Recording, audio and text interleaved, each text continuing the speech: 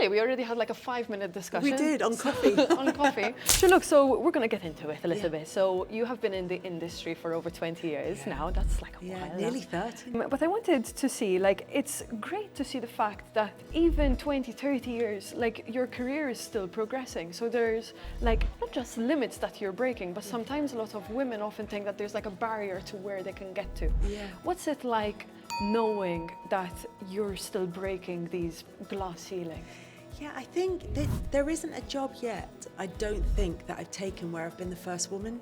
So that I think is really interesting, that I've never really been a groundbreaker in that sense. But I've always been quite early on in the process, and because of that, there have always been other women around me. Maybe not very many, maybe just like one or two.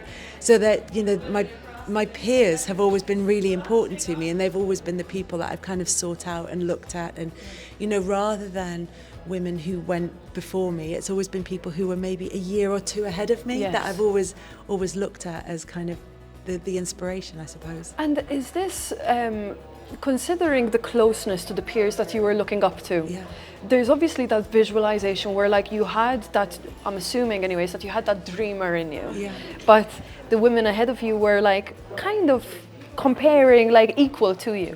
Is this still what you visualized? I don't think I'm where I ever expected to be.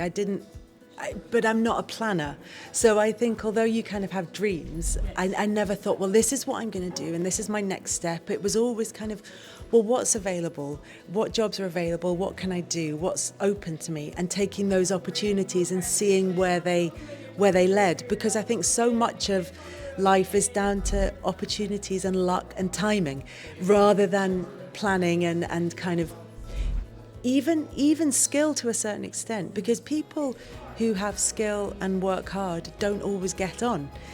It comes down to those moments where you go, right, I'm going to go and do this, and actually this wouldn't be in if I had a grand plan, this wouldn't be in it, but I'm going to go and do it anyway, because there's every opportunity you take, you learn something from it, even if it's never do anything like that again. You've learned something. That's it. In hindsight, how did you get lucky? I was lucky because when I first started in television, it was a brand new channel, and there were hours and hours and hours of live television to fill with nobody watching. So there was that opportunity to go and get all that experience with a lot of other people who were very inexperienced, so there were lots of mistakes. So you learn to get over all the mistakes, you learn to be able to deal with them well, you learn to be able to just broadcast for hours on end, and you do it in a way where nobody's really paying any attention. So that was the first piece of luck in all of that.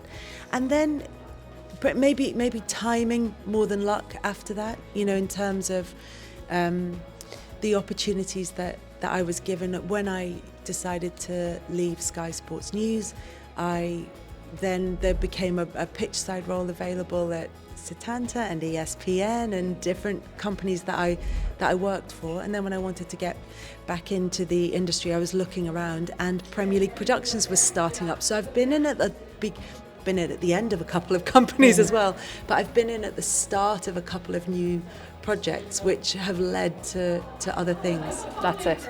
Now, if you were to give, just like on what you're saying, a piece of advice for a woman that wants to be in your position. There's the kind of basics, which are turn up, be polite and friendly, work hard, and not be polite and friendly in that kind of, you know, conditioned female way, but just, you know, be outgoing and tell people what you want to do, what your ambitions are. Don't assume that they're going to either know and be able to read your mind, and don't assume that they will spot this hidden talent in you that nobody else has seen and pluck you and give it to you. You have to tell people what you want. That took me far too long to realise.